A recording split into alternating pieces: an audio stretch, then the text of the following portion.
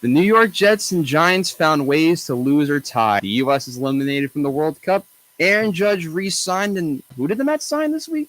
We'll find out all about that and more. Welcome to Into the Stands, episode 12, alongside, of course, Colin and Chris. I'm Robbie, and we're going to begin our 12th episode and possibly one of the final episodes in this room for the first half of the year with MLB free agency. We'll start off with you, Chris. Biggest news from a couple days ago, or yesterday rather, Aaron Judge re-signs on a giant contract. On Tuesday we went to the Gale Gate here at Iona. You were scared to death when you saw John Heyman say that about Aaron Judge signing with the Giants. I feel like in a way you could argue that Heyman cursed it and made him possibly go back to the Yankees, but I mean he rejected bigger money from the Giants and the Padres. So, as you being the Yankees fan, get your thoughts on it. Let's start with that. Well, you never said Aaron Judge was going to the Giants. You said Arson Judge was going to the Giants. And quickly, 7 minutes later, retracted that statement, saying that he jumped the gun. Look, I mean, we can all joke around, make these conspiracy theories. He used to work for the Yes Network. He was trying to help the Yankees. Aaron Judge's camp told him that they were going to the Giants so that he could put out that news and make Cashman go higher, Cashman and Steinbrenner. It happens, right? Mistakes happen. I don't think any of that's true, right? It's not the first time. I remember 2 years ago, the whole Bob Nightingale, Bauer to the Mets situation, and that's not the first time that happened. It happens a lot, but the news is Aaron Judge is coming back, and I'm thrilled. Actually, I'm not thrilled. I'm relieved. I think that's no, not even. I think relieved. I think that's the right term because, you know. First of all, it is a lot of money, and I'm not complaining, right? It's not. I think that's the big thing a lot of fans need to think about because we saw some humongous deals we signed. Is that it's not your money; it's your team's money, and even though 10 years from now these deals are going to look pretty terrible, probably. You're not making these deals for the last 5 years. We'll probably be saying that about a lot of the contracts that we're going to go over. We're going to go over a couple of them, but Aaron Judge, I don't know. I mean, I think that contract for the first 4 years will look fine, and that's what you're paying it for. That's what you're doing that for. I mean, you don't make these 9-year, 10-year contracts because you think they're going to be great when they're 40 years old. You do it because that's what you need to do to get them to play for you at age 31, 32, 33, 34, 35, right? That's what you need to do. It's going to hurt the team in the long run, but of course it's what you needed to do. And Aaron Judge is more than just a player. He's the name, face of the game, one of the best players in the game, a leader in the clubhouse, highest selling jersey on the team, one of the highest selling jerseys in baseball, MVP. Is he going to hit 62 home runs again next year? Probably not, but still a phenomenal player. And being the face of New York means a lot more than being the face of Atlanta or Kansas City or Tampa Bay. That's not, not to put, I hate to put Atlanta in that category, but I'm just saying, in general, being the face of New York or LA or Chicago means a lot more than being the face of, a smaller town team. So, sorry? We had a little audio issue. Really? A little bit. You were able to hear me though, right? You think? I was hearing that. You're fine. Okay. Well, yeah, but yeah, like I'm saying, there's just a lot more that goes into this Judge deal, and if there's anyone to be mad at for the amount of money that's being put into it, it is the front office. I mean, how long these negotiations were going on for? With the amount of times Cashman released the details, you would have thought that if they tried to sign him when he was younger, that would have been released as well. It shows that they did not try to sign him when he was young after he hit 52. You could bring up the injuries that he eventually dealt with, blah, blah, blah. He became the face of New York once he was the rookie of the year. You should have at least attempted to sign him. They didn't. They waited too long. He respectfully declined that deal before the season. That was fine. He bet on himself, and it worked out for him. And now you're going to have to pay him $40 million a year, and that's perfectly fine. I take that over him going to the San Francisco Giants, and you have the Padres.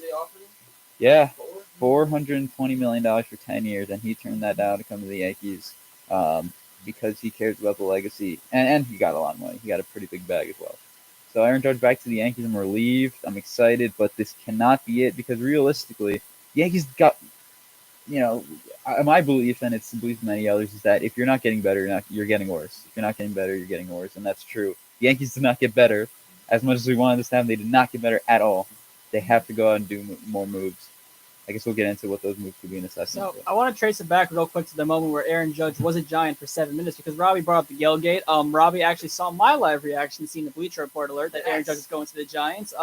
My eyes were bugging out. I was a little confused, shocked, hurt, but thankfully It was perfect. It was perfect. I'm sure for a Mets fan it was very perfect. But thankfully the crisis was averted. The worst case scenario did not happen. Aaron Judge is still a Yankee. And the main part I want to focus about here is how this deal got done. So at least all rumors indicate that the Giants originally always had this $360 million offer on the table. I think the reports are kind of saying the Yankees are maybe doing $320 million, $330 million. But what really made it get done is it was Hal Steinbrenner out in Italy was the one who negotiated with Aaron Judge and got that deal done. And what I have to say about that is, well, what is the point of Brian Cashman? Just a day before it, Brian Cashman got a 4-year contract extension going all the way to 2026. And yet, almost on his first day back on the new contract, he almost lost Aaron Judge. I mean, once again, I don't know why he's still employed. I get it. I understand the fact that, he got you a World Series championship back in 2009. He had a part in kind of designing those teams back in the early 2000s. But ultimately, you can't still have the highest payroll, one of the highest payrolls in the MLB, and not make the postseason or not make the World Series for 13 years. That's unacceptable. And seeing Hal Steinbrenner basically do his job for him, I mean, that's not exactly what we're looking for here. But, ultimately looking at the contract, $40 million a year, $360 million in total. He had to do it. I mean, when a guy forces your hand that much, and I saw it, and it is very true, Aaron Judge had more leverage on the Yankees than any player ever in Yankees history. Considering the fact that how much he's meant to that team, considering the fact the Yankees have still not been able to, have a lot of postseason success, still not have been able to go to the World Series, the only way you're going to do that is for Aaron Judge. I mean, actually, Brian Cashman got asked just a couple days before the signing happened, what was the alternative if Aaron Judge leaves? He said, I don't know. He said, I don't know. There was no other plan. Ridiculous. This had to happen. So, what would have happened if we lost Aaron Judge? What would have been the solution? What would they have done? I mean, what do you think? Well, first of all, I think a lot of what would have happened is still what a lot of what's going to happen. I hope, right? The Carlos Rodons, Brian Reynolds, Andrew Benintendi's, whatever it is. It's just a possibility. I'm not saying he's going to go to the Yankees or get traded, but it's a name that's being thrown out there. I think those guys would definitely have to be in the mix. I think you would see one of the big shortstops, Correa, Turner, probably at that point. Although we did re-sign Isaiah Kiner-Falefa, right? We did, but that's more of just I think they'll he's probably gonna be a bench piece. I can't see him starting next year, but I think definitely would have to go after Correa. Definitely would have to make some trades. It would have been very difficult. Knowing the way the Yankees operate, I don't think they would have had that creativity in them to make a trade. Oh, they would have probably gone creative. All right, they probably would have gotten some type of 38-year-old on a huge contract, trading away a guy who was pretty decent. They might have traded away Harrison Bader. Who knows? Something like that. But thankfully they brought back Aaron Judge. But this is not it. This is not all you can do. You're still getting. You're going into next season as a worse baseball team if you stay put. You don't do anything else. Because you lost Jameson Taillon. Jameson Taillon went to the Cubs. So, obviously not a huge loss, but obviously, you're losing pieces, and all you did was retain Aaron Judge. So there has to be a sort of sign, there has to be an addition to this team in order to justify the fact that you're not doing the same exact thing over and over. It's not even just that. It's the fact that you just have to improve genuinely. It's not even the fact, Matt Carpenter, as good as he was, losing him, you're probably not going to bring him back. It's you obviously do need a new left fielder. The starting pitching, right? If you're a casual fan, you might think, well, we had a good starting rotation last year. That wasn't the problem. Well, I can tell you, it's a lot better to have Carlos Rodon as your number 2 behind Cole or Nestor, and the three-headed monster that would be. It's better to have that going against the Astros than Taillon being in the mix. I mean, it's just the fact they're having to constantly go with Clark Schmidt. So I definitely think Herman in that situation. So I think a trade is looming for sure. I don't know what that trade is. They do have to move on from Aaron Hicks. I would definitely expect them to move on from Josh Donaldson. An aspect of the team that I'm hearing they're going to improve on or want to improve on still is the bullpen, which I think is interesting because they added Tommy Kahnle. I think the bullpen's good already. They want to add more to it. I would not be shocked if we saw. I'm just throwing out a hypothetical trade here. I don't know what this means for the White Sox, but I could maybe see a potential trade with the White Sox for Liam Hendricks. That'd be trading. I don't know what they would give. I don't know what would be involved there, but I could definitely see some type of trade like that being. I would like that for the Yankees. I mean, as an outside perspective, I'll mention my quick piece on Judge, and I'll go into some possible moves because I do have some news that almost occurred last night. Yeah. Aaron Judge's sign was needed. The value you got for him, I think, is lower than I mean, it's fair value. Yeah, no, I think that's perfect. Very reasonable value. What guys need to do? You mentioned starting pitching. You mentioned some other names. I mean, it's going to come down to who signs Rodon. I think it's going to determine the next few weeks. So I feel like it's going to happen very soon. Is Carlos Rodon signing? Is he going to go to the Mets? Is he going to go to the Yankees? Who knows where he's going to go? I'm hearing you're hearing Jack Curry talk about him nonstop. Yeah. You're hearing the Yankees say how much the Yankees love him, how much he probably wants to come to the Yankees most likely. Yeah. It seems like it's at this point it's all about what the years are, what the deals will be, and when they can get done. Because it seems like unofficially, from what I'm hearing, it's like he's going to be a Yankee anytime soon. Well, speaking of elite starting pitching that signed while we were over the last week, right, we're going to head over to Queens. As we will begin with the guy who left. And it was sad to see, but it was inevitable, as Jacob deGrom signed with the Rangers. Yeah. Texas Rangers on a 5-year contract. Honestly, I never thought the Mets would give him that. I mean, the value he got was much more than I thought. I mean, it was his age. ludicrous. I don't know if the ages was a problem. He's really good, but you mentioned it when we were talking on Tuesday, the injury concerns that you had with deGrom. But the Mets followed that by signing, what else is new? Another old pitcher, old ace. Who's won a Cy Young? You guessed it, Justin Verlander. Not what I thought was going to happen. But we signed a 2-year giant contract. I guess we're going for the really old starting pitchers who can just never get injured and just get the job done in a different sort of way. For the Mets, I understand where they're coming from. But at the end of the day, that's not who I would have targeted first. I would have liked a left-handed pitcher in the rotation. We signed that with Jose Quintana. I mean, it's a good value. He's not that old. He's deGrom's age. He's 34. So, I mean, it's not that awful. And the value we got from him is pretty good. But at the end of the day, I feel like the Mets need to continue to improve the rotation. Taijuan Walker left. It was inevitable. I mean, for how inconsistent he is, it's going to suck because we know what he could be. I mean, you see him in the first half last 2 years. He's been on fire. In the second half, he looks like a pitcher for the Red Sox. So you never know. I mean, he's gotten destroyed by. I mean, he looked like Garrett Cole against the Red Sox. That's my comparison to it. But I just got word. So we'll continue with some other free agency moves that have occurred. We're going to begin with the catching market heating up a little bit. Wilson Contreras signed to the Cardinals. Now, I just heard that the Cardinals were aiming to trade for Sean Murphy right before the deal was done. So the apparent trade was Lars Nootbaar, an outfield prospect who looks to be pretty solid, and another top prospect for Sean Murphy. That deal was close to be getting done. However, the Cardinals did not want to give up Nootbaar. They think he has a lot of potential. Yeah. So the deal failed. Cardinals respond by signing Wilson Contreras. I think he was better. He's not getting paid that much. He's a catcher. I mean, really see what Murphy's getting paid though for the length he still has. 2 years at like $1.5 million a year. Yeah, he's very team friendly, but Contreras is really good still, and he's definitely a great pivot option. Definitely, I think he's arguably better than. I agree with that. But I know he's a little hot or cold. I mean, I like Murphy's better. I do agree with that. But definitely great pivot. Also forgot to mention, Mets traded for Brooks Raley. I love it. He throws slow. Everything moves. Love it. But, I mean, it's an interesting move for the Cardinals. You have no idea what direction they're going in. Like that. I mean, I want to stay relevant. I thought they were gonna go out, be aggressive and sign a shortstop. They have not done that. They have done little to nothing other than sign Contreras. But another team I want to highlight, the San Diego Padres, and what they've done. They've responded by not signing Aaron Judge with Xander Bogaerts. Right. Okay. Yeah, and I don't get that. So here's my problem with this move. Why did you do it? Are they really going to go with Tatis in the outfield? Probably. I'm hearing reports that maybe Machado may opt out of his contract after next year. That's very true. That's very possible. I don't think that's possible. I think this is the clearest example of. I figure that. Here's my. Actually, you can go ahead first. Sorry about that. Yeah, I just think this is the clearest example. You missed out on Trey Turner. You missed out on Aaron Judge. So you were like, oh, we need somebody. Let's just go give all this money to Xander Bogaerts. It's a very ludicrous contract. 11 years. He's 31. The value they're paying for him is not bad. 27. I know, but 27 and a half till he's 42, 41. That's I mean, pretty look, bad. I look again because you don't make these signs for those years. Right? You do it for the first 5 years. Let's be real. Xander Bogaerts is a phenomenal baseball player. He's a phenomenal hitter.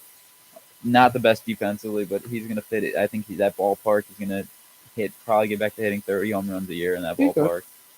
I think he's a fit there in the city. I think they're going to love him. And I just think it was a great move, but it is a lot of money. And it's on. Look, I know Boston fans are very angry, and they had a very interesting day yesterday. Yeah, I mean, missing bets, and then Lester a few years ago, and Yeah. so they're in, we talk about the Yankees, and they're trying to lock up their players long What the term. hell is Red Sox? They have Rafael Devers, and that's about it. Rafael Devers. Now they have to worry about extending him. Please trade him. They had an Please. interesting day yesterday, Boston. They signed a couple of relievers, Kenley Jansen, Chris Martin. I don't get that. Why Yeah, did he that's a go good to the move. Red Sox? Because I think it's a kind of I thought he would go to a contender. I think it's a kind of can't miss. They're kind of a contender. Yeah. They strike me with the way how their fans are so angry right now. They strike me as a team that's gonna do well next season, sneak into a wild card. No, somehow. they're not Baltimore. Somehow. Baltimore needs to do something. I know, but somehow I don't know. The Red Sox. They can still sign Correa. I did say they'd sign Correa. I want to get back real quick to what you're talking. I actually kind of have to disagree with your take on the Mets and tying Verlander. I thought it was a really good move for them. I thought it was. I mean, it was needed. I don't like going older. I've never been a fan of that in any sport. You're not giving 7 years to the guy. But it's 2 years. But if he sucks, he's gone. He's more of a secure option than DeGrom. Because you at least know this guy's had his surgeries. He had Tommy John. So did Verlander. No, I'm saying Verlander. Yeah, has had. And DeGrom surgeries. has been hurt before as well. You saw the injuries he had in 2021. But so we don't know what he's going to do. But you've seen what he did in the years past, prior. Right. And it's more recent and relevant, sort of, until he won the Cy Young for Verlander. So I love DeGrom. That contract is so awful. It is, and you were not going to give that to him. That's why I don't. Or you could have, but we could have. That's why I think it's better. You don't know who's going to come up in 2 years. I just hate the turnover. Look at Carlos Rodon. How he was a guy who was never healthy, and he was really a nobody until 2021. Until 2021. He comes out of nowhere. Now he's going to get a 7-year deal somewhere, a 6-year deal. That's ridiculous. You don't know who's going to come up in 2 years. That's a fair point. That the Mets could sign. You don't know who's going to, Tyler McGill. You don't know who he's going to be in a few years. Yeah. And if Verlander's good, and you see that maybe the age, it's not slowing him down. Maybe who knows what they do after that. So I think it's a really team-friendly move. Same thing with Quintana. He had a really good second. Quintana, I like. I mean, now thinking about it, I like it a lot more. Look, and they're not done. They're not done. They're looking at Kodai Senga. They're looking to still have Brandon Nimmo. They might trade Carrasco. I don't know how I feel about that. I thought he was a free agent. I think we have like another year or two of him. I mean, if it's a shorter contract, I mean, Brooks Raley is a great trade. I mean, the guy there, he was a projected 2028 prospect. He did well last year for the Rays. I mean, he had a good ERA, 3-year team-friendly contract. That's pretty good. Yeah. I guess moving on now. I mean, I actually have one more free agent to tie in because we didn't get to mention Trey Turner. Oh, yeah, I was going to actually go into the Philadelphia Phillies. Yeah, we got Trey Turner, 11 years, $300 million. I like the value. That's a good value. For the Phillies. It's similar to the Trey Turner. The thing with Trey Turner, when he's old, I don't know the type of player he's going to be. That's very true. Is he still going to be fast? Is he? Because that's his, mojo. That's his game, is being fast. He fits in that ballpark. He fits in the city with Bryce Harper. I think. Where would you play him? What I love, definitely shortstop. I think that moves. Doesn't he play center field a little bit? He's played center field in the past. Put him in center. But I think they like Brandon Marsh. Yeah. Well, I don't mind. They've used him a lot in the corners, Brandon Marsh, recently. I mean, it would make more sense if you put like Harper and Castellanos in the outfield together, so that would make more sense. I think but Schwarber's underrated in the outfield. Schwarber's I don't know. I like his bat better. Yeah, definitely. I just think it's just funny how they casually just gave a lifetime contract to a guy, and he's now going to be another face of Philadelphia. But that's the thing, he fits in that city out. He's just a low-key guy who's going to get on base, hit per power average, pretty much do everything well. And he's got that crazy speed as well. They also obviously said get Taijuan Walker, a very solid pitcher. Why are they signing all Mets players? Like, why? Who else did they sign? I mean, they had Syndergaard. They traded for Syndergaard last year. They've signed somebody else before. Zach Wheeler. Yeah, they also got Matt Strom, a decent. That's a pretty good. That's a good moves. I mean, even though Turner, they're investing a lot of time into him, 11 years. It's a good deal, man. Yeah. It's good. I agree. I'm excited to see what he can do next. Before we go on, Colin, you got any thoughts quickly on these free agency moves?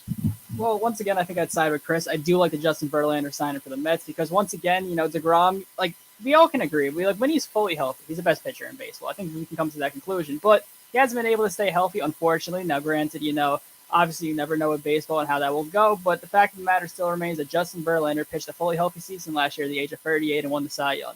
So I think that the Mets, sure, his upside might not be as high as DeGrom's is, but for 2 years, I think you're going to get a very good pitcher. I don't know if he'll still keep up the same Cy Young level, but if Verlander and Scherzer can both stay fully healthy, if they can both pitch for most of the season and into the playoffs, I mean, I don't really think you're losing that much. They're losing DeGrom. So overall, it's a good move for the Mets. An urgent move, something that we kind of want to see the Yankees do more of. We want to see the Yankees make those aggressive moves, but the Mets ended up doing it, and I'm sure they'll be rewarded for it. So let's move on. Is there anything else? I think that was Not pretty really. much it. That was We're gonna the dive third in. move. We're gonna quickly dive into the action in Qatar. Yes, the United States men's national team, as I predicted, lost by multiple goals to the Netherlands. Fun match overall. It was on Saturday morning. I got to watch the whole thing. You went out flat-footed in the beginning. Good goal in the two goals in the first half. U.S. respond. Can't finish anything.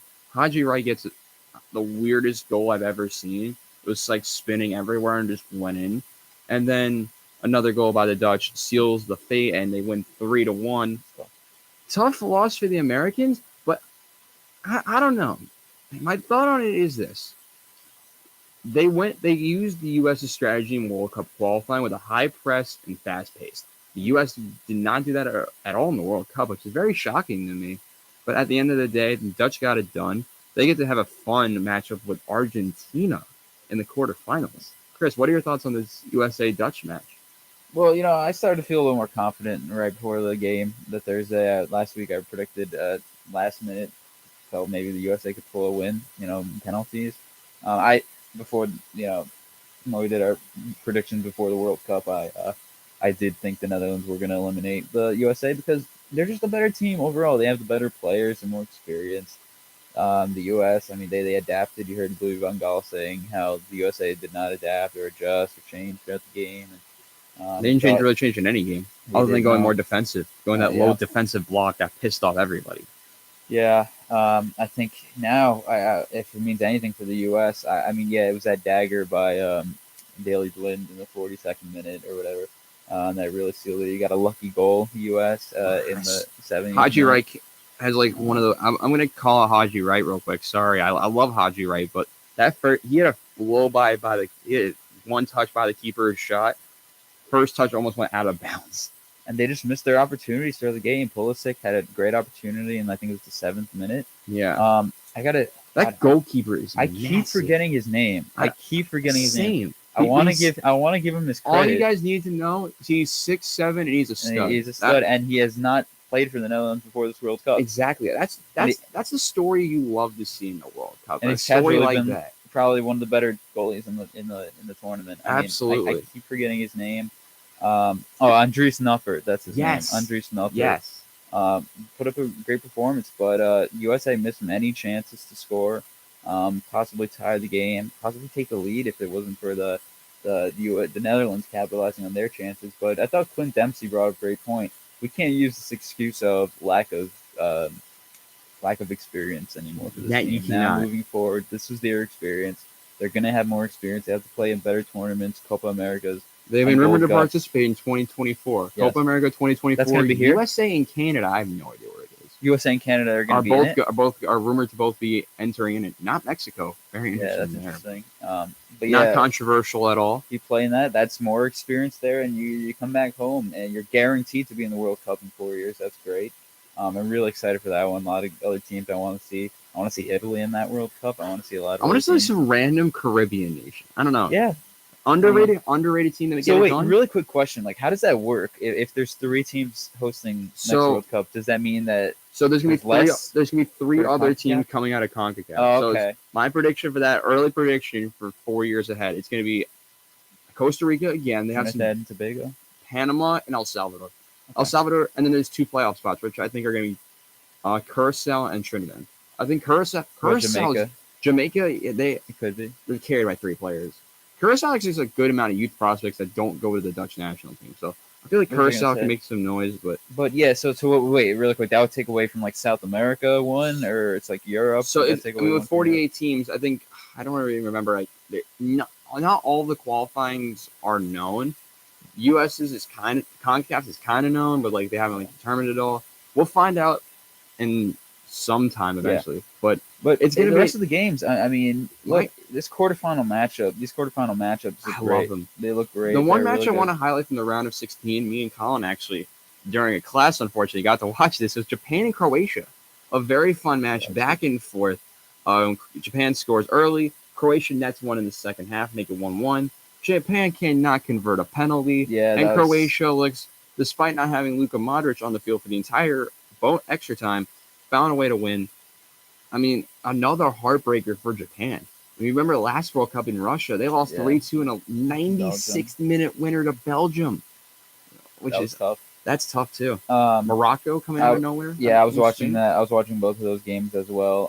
Argentina snuck by the Netherlands 2-0. Sorry, not the Netherlands. Sorry, just Australia. Australia, yeah. France beat Poland. Poland, yeah, they snuck by them as well. It was like 2-0, 2-1, right? 3-1. 3-1. Oh, yeah, 3-1. so they beat. They destroyed them. I think England destroyed Senegal. Brazil ran right? South Korea off the field. And of round course, 16 games weren't great. And of course, we have Morocco, Spain. So that was very good. No one wanted to convert anything. Spain almost won it the last second. Spain fired their coach. Morocco, it does it again. But Portugal, led by the power of no Ronaldo and getting carried by. That's insane. That I forgot about that. I mean, that's got to be one of the best coaching moves I've ever seen. I know. My God. I know people have been critical of their manager before. Jesus. Give this man like a giant contract, please. God, he's been an important manager for a while. God. Yeah. You sub out Cristiano Ronaldo, the name that he is, and you for bring Gonçalo Ramos or whatever his name is, yes, and he gets a hat trick. He Ramos. gets himself into the Golden Boot conversation. That's insane. Which is nuts. But you look at the quarterfinal matchups. For those who don't know what they are, we got Croatia, Brazil, which is on Friday tomorrow when we're posting this. Netherlands, Argentina, Morocco, Portugal, and England and France. Based on all the teams remaining, who is your favorite to win it all still out of the teams left, and who's your underdog to win it all? My underdog. Wow, that's a tough question because I think we're at the point where none of them are underdogs per se. I still think there's an underdog team left. There's one underdog. I think there's actually multiple. I think there's two underdogs, but when I say to win, I don't know if they have what it takes to win it all. Yeah. I guess the best underdog would have to be Morocco. It's still, even though they have talent, they Morocco, have good players. Morocco, I don't consider still. Spain played down to Morocco. I mean, I can really compare that match in Morocco to the match with Spain from match day 3. Sorry, Spain's playing Japan in match day 3. When Spain passed their way through to get their opening goal, Spain passed through their way to get multiple early chances and could not convert anything. Looks like the United States is finishing. Yeah. And at the end of the day, that's not good. Thank goodness they fired their coach. If they didn't fire their coach, they would be going in complete insanity. But, I mean, my underdog team, I'm going to consider them an underdog still. I'm going to go with the Netherlands. Definitely. I like their chances. I think Argentina barely got past Australia. I still think Argentina should win that game. But the Netherlands, they're going to put up a great fight. Cody Gakpo's had a great tournament. Frankie de Jong has done where is he? And he's been playmaking, but he's done like no goal scoring, which is not like Frankie de Jong. Memphis Depay or Memphis, however you want to call him, broadcasters want to call him at this point. He netted the opening goal for the Dutch. He's had a good underrated tournament as well. So I think like the Dutch you can consider the underdog pick. Yeah. But my favorite and my team to still win it all, I'm gonna go with the boys in green. I'm going Brazil. I'm sticking with my pick from 2 weeks ago. I'm sticking with my pick. I'm going Brazil. Neymar coming back. They got Richarlison, Vinicius, Antony. So many good forwards. Their defense has held it down. Portugal winning 6-1 concerns me a little bit for how. You love Switzerland back in our preview video. I said my prediction for my one Cinderella story or hot take would be that whoever wins the Portugal-Switzerland matchup is going to go to the final. Yeah. I still stand by that. I'm not going to change my final prediction because I did that. I obviously last week I last minute changed that I thought USA was going to sneak by the Netherlands. That didn't work. You did say that. I keep changing my opinion. You jinxed it again. Every time you've done that, I'm not calling out Chris at all, but he's done it on Thursday Night Football, and then a lot, and the team loses. I'll continue to do that for football. But no, for this, I'm gonna stick with Argentina, Portugal. Portugal's looked so good. They've looked unreal. I forgot just And they how freaking good. lost. I forgot just how good They lost to team South was. Korea. They did, but that's kind of garbage. I mean, time and then at the again, end. Brazil lost to Cameroon, so mixed bag. You know, I forgot about like guys like Ruben Diaz, Ruben Neves, the goalie. I forget his name, but he's been really good. And it's not Rui Joao Patricio. Cancelo at left Him back. He's too. looked good. Him too. I think he's like one of the best players by match rating. Yeah. In the tournament. Joao Felix, he was kind of he's just been there, there. but he's he's still good. And even There's been the guy who scored, Gonzalo Ramos, He looked good. and obviously Cristiano Ronaldo in there as well. And Bruno Fernandes looks like he's your pick, your underrated pick. I don't know if he's going to win it, but he's been really, really good. Yeah. He's been kind of on the conversation. But I would not be shocked if Portugal beat Morocco and go past France or England. Yeah. And as for Argentina Netherlands, that's going to be a really interesting matchup on Friday tomorrow. It's going to be tight. I would expect Brazil is going to beat Croatia, but if Brazil beats Croatia and you got Brazil, Argentina, I'm going to stick with Brazil sneaking by Brazil, or Argentina sneaking by Brazil. I really want to jump, over to Brazil's side and say that they're going to win. They're going to lose. But I you know what? I think obviously I'm rooting for at this point with my two teams being out. I'm rooting for Argentina Portugal final. I'm gonna say it still happens, and one of the two, Messi or Ronaldo, will be World Cup champions. Still. I like that. Colin, you got anything quickly to mention before we go to the NFL? Obviously, of course, tough to see USA go down, but everyone kind of knew this is always going to be a team that's built for 2026. So obviously, we're looking forward to seeing them there. With them being the host country, we have the automatic bid. So hope to see if the boys can pull it off in 26. But in terms of the underdogs, I mean, I'd have to say Morocco, like Chris said, is probably the biggest underdog here that we're looking at. Taking down Spain there was very surprising. They did it pretty dominantly in those penalty kicks. I mean, right away, the goalkeeper being able to stop Spain the first couple shots. Morocco is starting to take advantage, but I'll stick with my pick as well. I picked Argentina originally to win the World Cup, and I'm going to stick with it. They haven't done too much to kind of dissuade me there. Lionel Messi has had a fantastic World Cup up until this point. Maybe he can get that first World Cup championship. Though I did pick Germany as the other team, and that went pretty badly. So Germany is out. I mean, on the other side, I like France. I like what Brazil has to offer. So those other teams are definitely going to challenge Argentina along the way. But I'm going to stick with Argentina winning the World Cup. But let's go to the NFL. And what a week in the NFL we had. We had the Jets. We'll kick it off with the Jets this week. We'll change it up a little bit. We'll head. No, we don't. I don't know, but we'll kick it off with the New York Jets. And as they found a way to lose, this is the Rob. It looks. We go back to 2021 as the Jets found a way to lose. They played the Minnesota Vikings in Minnesota. Mike White found a way to not throw a touchdown and still throw for 370 yards. I don't even know how that's possible. But he had a solid game. 2 interceptions, though. I deduct one of them was like bounced off, I think, Garrett Wilson's hands and was a pick. And the other one was like 10 seconds left. So you really can go after him there. But Zonovan Knight proving that he's a legitimate, like a decent running back. 15 for 90. Garrett Wilson going off again. 8 for 162, including multiple long plays. But the Jets went back to old form, starting off very slow in that first half, going down 14 at the end of the first half, and then proving that they are a second half team, trying to make their comeback. The issue with this team, their red zone offense. Oh boy. They went 1 for 6 with touchdowns. How is that possible? Like, I get Minnesota's decent defense in the red zone, but 1 for 6, 1 touchdown and 5 field goals. I don't know how you do that, but they're also stopped twice, including one time on the 3-yard line. Braxton Berrios dropped it on 4th and goal. That's actually 1 for 7 now, correction, because he had the drop. So, unfortunate loss for the Jets. They head to Buffalo in what could be considered a must-win game for, I think it's more of a must-win game for the Jets. I mean, you see the Bills losing Von Miller for the season, which is very unfortunate. You see Buffalo. Here's how I look at them. You look at Buffalo. Injury plagued to hell and back, especially at the safety position with Micah Hyde being out for the season. And they're in first. That team is still very good. Jets have not won in Buffalo in a long time. You had I believe Jim Nance is on the call for the first time for a Jets game in 4 years since when we last played Buffalo, and the game was actually meaningful. It's going to be fun. I do have Buffalo winning that game 20-17. I'll make my early pick for that now. But it's going to be interesting.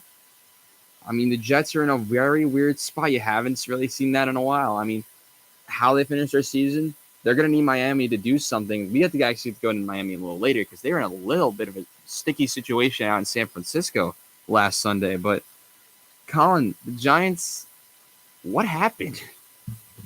So, the New York Giants went in against the Washington Commanders in a game which, I'd say by all means they had to win, right? Because you already lost to the Dallas Cowboys. The Philadelphia Eagles are still yet to play, but obviously you're not really expecting to beat them, at least for the most part, especially if the Eagles play all their guys. So this game against Washington Commanders on Sunday was a very important game for the Giants. And like I mentioned on the last show, that we got reinforcements. Azeez Ojulari came back.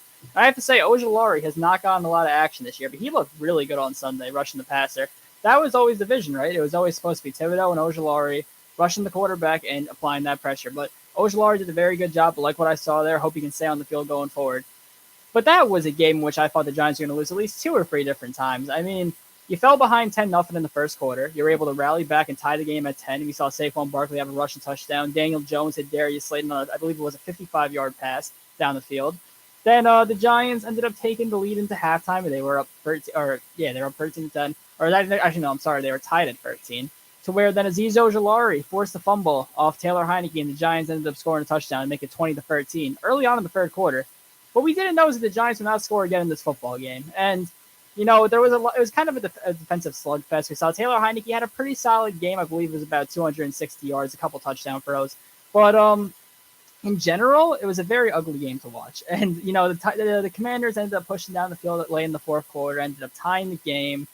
And the Giants essentially kind of just allowed themselves to go into overtime. And in overtime, we saw, once again, more of what we saw in the third and fourth quarter, and that was pretty sloppy football. And nothing at all. And, yep, absolutely. I mean, we saw Darius Slayton had another opportunity to catch the ball to put the Giants in the field goal range. He ended up dropping it. We saw John Feliciano get one of the worst penalties I've seen this year.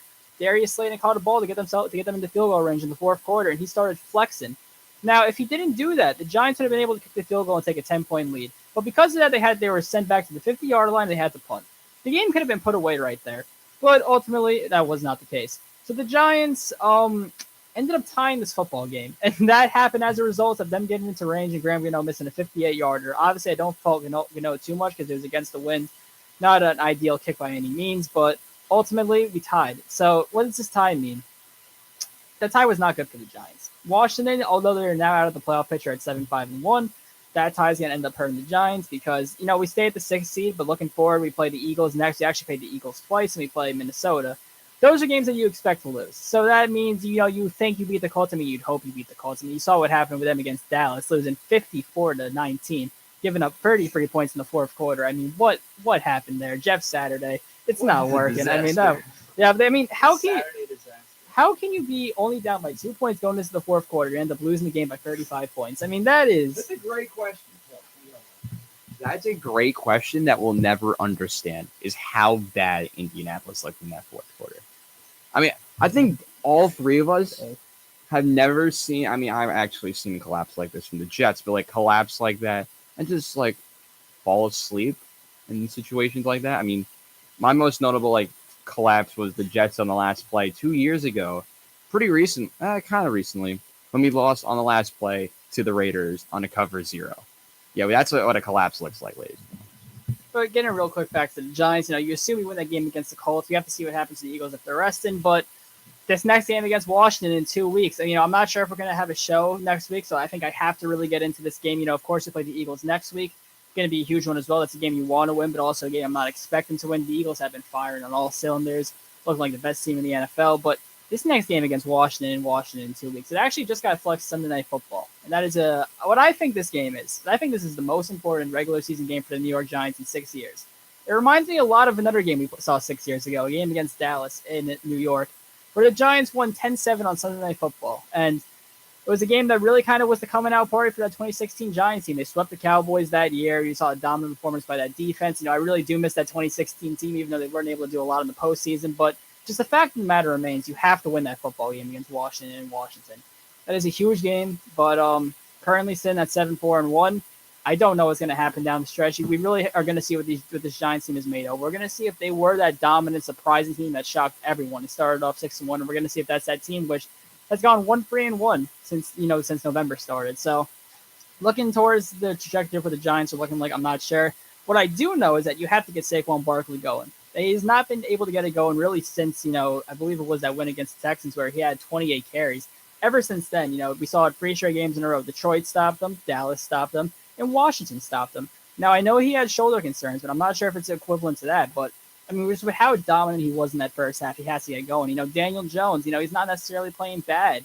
But once again, you can't fault him because the receiving core is so bad, and I don't think Odell's coming at this point. I don't see that happening, especially with the Cowboys now saying that his he may not be able to play until mid-January. I'm not even sure if the Giants are going to be playing in mid-January, so we have to still wait and see what happens there. But just you have to find a way to make it work. I mean, we saw kind of the offense is either just Daniel Jones is most successful when he's thrown on the run in the play action. But that's not going to be effective if the teams are stopping Saquon Barkley so much. And really the key to the Giants going down the stretch here, because the defense is, done what they've done. They've been pretty solid. They've been a pretty solid unit throughout the whole entire year, led by Wink Martindale. Getting Saquon Barkley going is so important down this stretch. This game against the Eagles, I'm not sure what to make of it. I think we're going to lose, but, you never know what happens. But Giants have not done good against Philadelphia. But I think now it's time to get into the games that we saw this week. Obviously, I mentioned that Sunday Night Football massacre. I do not know why that was the national primetime game, but hey, yep. Always have to have the Dallas Cowboys on primetime. I just do not get it. But yeah, the game I'm going to highlight, I've had this one locked up, is I didn't want the other guys to get it, but that's not my true reasoning. We are going to head to the West Coast in San Francisco. And what happened? We were speaking praise a couple weeks ago about Jimmy Garoppolo being kind of decent. Well, he got injured. Yeah. But no concerns at all for the Niners. They just bring in Iowa State rookie Brock Purdy, or as a lot of them call him, the Mr. Irrelevant of the last draft. And what did he do? He carried the Niners to a fourth quarter win as he goes for 25 of 37 for 210, 2 touchdowns, and an interception, including 1 passing touchdown to McCaffrey, and his first career passing touchdown. Of course, that had to be to Kyle Juszczyk. But at the end of the day, the Niners shown that they are a very good defense. Miami, what the heck was that? I thought they were... When I found out that Jimmy G went down, Tua, this is your time. Go beat a defense and an offense that's not going to score. Well, that didn't happen. He still threw for 295 yards, but you got to execute. They're bad in the red zone, too. And that's been a weirdly recent theme for Miami. He's not being able to execute in the red zone. I mean, I don't know what happened there, but San Francisco, who knows what they're going to do at quarterback? We do know, though, the Rams got Baker Mayfield. Why? Because I don't know why the Rams got him at this point. I mean, probably to prevent them from trying to get a worse record and not get the Lions a better pick. But at the end of the day, one other game I want to highlight before I let Colin get in on this. We are going to head down. I think I know what game you're going to do, so I'm going to try not to do it. We are going to head down to Las Vegas, Nevada, as the Chargers and the Raiders went at it, and the Jets and the Patriots got some help. Never thought I would say that in the same sentence at this point of the season. The Raiders went out and won their 4th straight, and the Broncos, by the way, the Broncos lost, unsurprisingly, but the Raiders came out and won 27-20 in a very close game.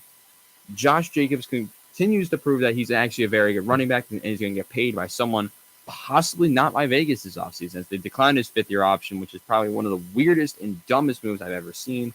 But then again, it's the Raiders. At the end of the day, though, Raiders are trying to make some noise at the end of the season, just like they did a couple years ago when they missed by one game. Then they made it last year by 1 game. What are they going to do this year? We have no idea. But Colin, you got any notable games for us this week? Before we get into those games, I kind of want to touch on the San Francisco situation a little bit because, Brock Purdy now going in there. I mean, who would have saw that coming when the year first started? The idea was that, Trey Lance is going to start for the 49ers, maybe have that big leap, show why the Niners draft him 3rd overall, but he goes down. So you go back to Jimmy Garoppolo, but he also goes down. So now you're stuck with the last pick in the draft, Brock Purdy. And, I think he's probably in the best situation that he could possibly be if he were going to succeed 100%. Because I think Kyle Shanahan, with the way he calls his plays, I think he's going to try to mask, whatever deficiencies Purdy may have. We saw how they're very creative in the run game, and we saw Kyle Shanahan actually kind of beat his apprentice, Mike McDaniel, in that game. I think we saw... Yep, I think it was also fun to see that. But I can't beat up too much on Tua because I think that ultimately he was bound to have a game like that. We saw just a great year he's been having. He still has not, up until that point, he never lost a game where he started and finished. So I'm not going to beat up too much on Tua there. But I mean, there's a conversation, at least for a couple of days, that the 49ers could have got Baker Mayfield. I mean, that would have been very interesting. I mean, I'm not sure how Baker would have fit in there. I think that if it came down to that scenario, I think that Baker should be the backup to Purdy since Purdy's more familiar with the system. But ultimately, we'll see what he does. But I think he's in the best possible situation to succeed. You know, there's been rumors of whether Jimmy G can come back off that broken foot maybe by the end of the playoffs. The 49ers are not entirely optimistic. I'm not sure, you know. I don't expect them to go on a Super Bowl run now, but I still do not think that they're going to be an easy out in this postseason. I don't think Philadelphia wants to see them. I don't think Dallas still wants to see them. I think 49ers are still a very dangerous team and can, you know, make one of these playoff games very close, even with Brock Purdy. But in terms of the games I wanted to get into, you know, obviously I think you have to get into Kansas City and Cincinnati. Joe Burrow, he did it again for the third time this year. Joe Burrow beats Patrick Mahomes and really just showing why. I think we come to this point now, you know, where when you're debating the top quarterbacks in the league, I'll immediately go to Patrick Mahomes and Josh Allen. Those are your top two guys. But I think we're ready to put Joe Burrow number 3 at this point. I really do. I think just the way he's been playing, you know, how he's been able to do it in the clutch, been able to do it against the best in the game. I really like what Joe Burrow has been this year and really how he's been able to rally this team because they were, you know, I think they're on a 5-game winning streak, is it? They were 3-4, yeah, now they're on a 5-game winning streak. And we talked so much about Miami being a sleeper in the AFC, but that, once again, might be the Bengals just like how it was last year, you know. It's been kind of rare to see a team, you know, make a Super Bowl back-to-back years, especially a team that loses the Super Bowl. But, you know, maybe Cincinnati can get it done. You never know. All I know is that whatever it is, you know, Zach Taylor, for as much as he gets, you know, criticized for his coaching, he always beats Andy Reid. I mean, I'm not sure why necessarily, but the Bengals have been very impressive. So, you know, I think that now with the Lamar Jackson injury in Baltimore, I think that, you know, they should win the division. We'll see what they do there. And I know Cincinnati has a tough schedule down the stretch, but all credit goes to them for that big win. Once again, they got it done. For my other game, though, I want to go to Tank Division for Monday Night Football, Buccaneers, Saints. Yep, I wanted to go into that, and I thought you were going to point that out. Yep. So, but the Saints are winning this game by 16-3 until with 5 minutes to go in the fourth quarter. This is not at all a competitive football game, but as he always does, Tom Brady did it again. He leading got 14 points in the final 5 minutes, and the Buccaneers won this one 17-16. Now, once again, you know, the Buccaneers have had their offensive problems, and that's been very well documented. Byron Leftwich has not been able to work out very well there. Todd Bowles is kind of, you know, kind of similar successes he had back on the Jets. You know, obviously it's a better team now, but hasn't been going, you know, as flawlessly as they thought the transition from Arians to Bowles would be. But, you know, taking a look at this box score, wasn't a lot of offensive production. You know, Brady had 54 pass attempts, but not a lot of them deep, you know, a lot of short throws. The Buccaneers have not been successful in hitting the deep ball this year. It's been a key difference for them from last year. But, you know, if the Buccaneers are not a serious team this year, that was still a fun thing to see because you never know if this is Tom Brady's last year. Seeing, you know, maybe the GOAT do it one more time. That was actually the second biggest deficit that he ever came back from in his career in the fourth quarter. We all know what the first one was, Super Bowl 51. I don't need to get much in there. I think everyone listening knows what happened there, the Atlanta Falcons. But, you know, for so long, this Buccaneers team has not been good against the Saints ever since Brady got there. You know, Saints were 4-0 against them in the regular season. Obviously, now the Saints are a much worse team. Andy Dalton's still at quarterback. I'm not sure why. Is Jameis Winston healthy? I think I've heard. Oh, so he's not healthy. But even then, I don't think so. Even if he's not healthy, I think I'd still start Taysom Hill. Yes. I would. I think I would. I think some mobility at quarterback. I think That's you- my thing on we know what Andy Dalton is. I mean, Andy Dalton used to be a very good quarterback maybe 10 years ago, but now, I mean, I don't know. I don't know if I'd still have Andy Dalton in there. I mean, I think they're probably at their peak in like 2014, probably around the 2014, 15. Andy Dalton was probably at his peak then, but that was 7 years ago. I don't know why he's still the quarterback. I put Taysom Hill in there, but that's a story for another day. I want to ask Chris, what were your games that you were looking at here? Definitely. I think there's many that you guys covered. I think I'm going to go with Bengals Chiefs. I just think that was a pretty well played football game, obviously. Burrow being Mahomes again, really strong with the implications. That really gets the Bengals, as you said, one of the underdogs going into this playoffs again, which is odd because they were in the Super Bowl last year. But they're at 8-4 now. And, I mean, they're kind of, you know, at this point, like, not that it was really ever a question mark that they were going to be in it, but they are. I think at this point, this gets them in the playoffs, and I'm excited to see what they're going to do. But yeah, overall, pretty good football game. No interceptions, no nothing. Well, before we switch over, if we leave the NFL here, I just wanted to mention we have our first two teams eliminated. Rest in peace to the Houston Texans and the Chicago Bears. Houston Texans, a tank of all tanks. We kind of expected that they would go out pretty soon. It's topping 0-17.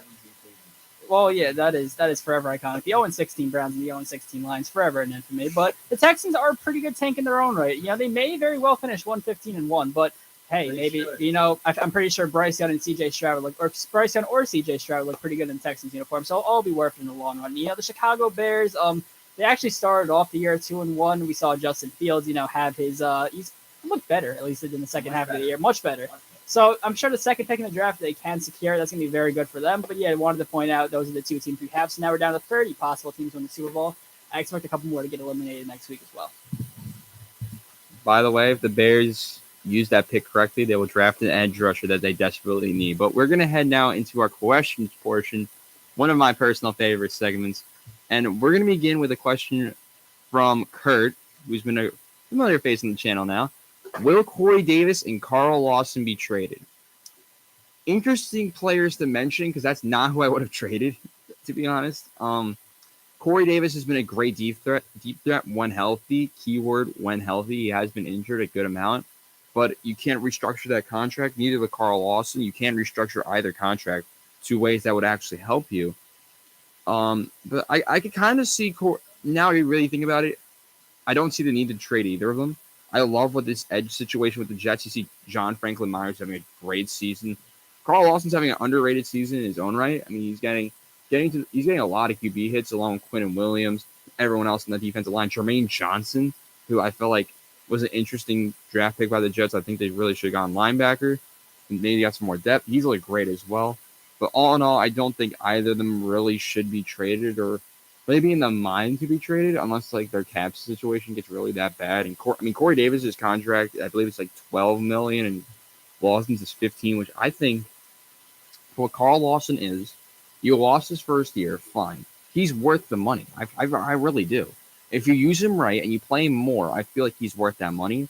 But I don't know. I mean, Colin, what are your quick thoughts on this? I mean, I don't see obviously for wide receiver for the Jets, you have Garrett Wilson. He's definitely broken out.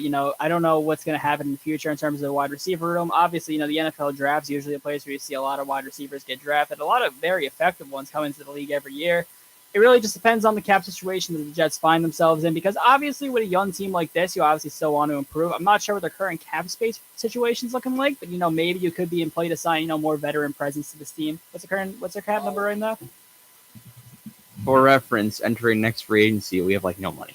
We have like $18 million, I think, before we re-sign everyone.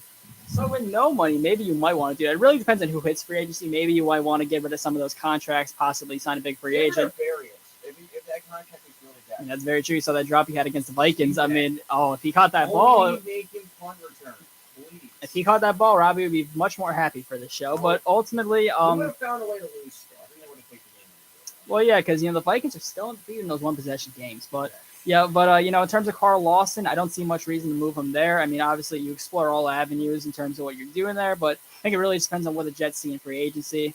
And I think that's what I'd say for that. Yeah, I pretty much agree as well. I think, as you said, you're not going to have any money. You could explore a trade and see what it comes up in the draft. You never know what these guys turn into. So, yeah.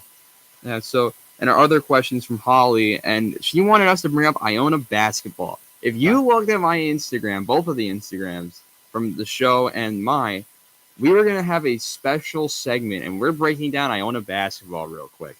So, Iona basketball, of course, our school, is currently 5-2, winning 3 straight at home over the last 5 days before our show was on, getting wins over Niagara, Canisius in the league, and a big one over A10 side St. Louis on Tuesday night. The team, very interesting. They're a very good team. I mean, the way they're constructed. My favorite player to watch right now is junior Denise Jenkins. Danish Jenkins. Thank you. Great. He's been great. 18.5 points a game, 5 boards and 4 assists. He can also score in any way possible. Give him the ball. He can hit a 3-ball for you. He can make a pass, a lot of good passes, and he can get you a rebound and run in transition. He can also hit a floater. Right. You did that a couple times. Get into the rack. You really saw that on Tuesday. Oh yeah. But when I watched the game, I've been to all 3. You really saw it. I mean, he had 31 on Friday against Niagara, which I was like, they unstoppable, dominant against a really good St. Louis team. Yeah, I mean everything, defense clicking on all cylinders. I mean, if there was one, I forgot the number. What was the 3-point shooting? I don't remember, but I don't remember. I remember it a lot of. It was pretty decent. I think it was a lot in the paint. There's a lot of in the paint buckets, but the other player I want to highlight, on my main highlight, Walter Clayton Jr., the sophomore from Florida. He averages currently 16 points, 4.5 boards, and 3.3 assists. He had a 16.12 rebound and 5 assist game on Tuesday against St. Louis. Wow. You do not expect the 12 rebounds from a shooting guard. I will give him that. He deserves credit for doing that type of stuff at shooting guard. That is insane. But he's also really good. He can hit you with 3-pointer. He can make. I mean, you saw a lot of good passes from him as well. I mean, those guys, like the duo of them, I really like, and the depth they have. I mean, other guys I didn't mention. Nelly Jr. Joseph, he's had a good start to the year at power forward. They've had some other the depth has emerged. They have Quinn, who's been injured since game 2, which is unfortunate. The game before our first loss against Hofstra. But all in all, I feel like this team, they're gonna make noise. Oh yeah, they're gonna make noise with the depth they now have and Patino at the helm. Who knows what they can do? Chris, what are your thoughts on it? Yeah, I mean, I went to 2 of the games. It was the one against UPenn and then the past one on Tuesday, and they were both dominant. I mean, the place gets rowdy, crazy. It seems like Danius Jenkins always doing incredibly. I mean, it always dropped. I feel like he drops 20 like every game or something. He had Very consistent. I think his lowest points in a game this year was he only had 12 against Canisius, but Really? Walt dropped 20, so he didn't really need to do anything.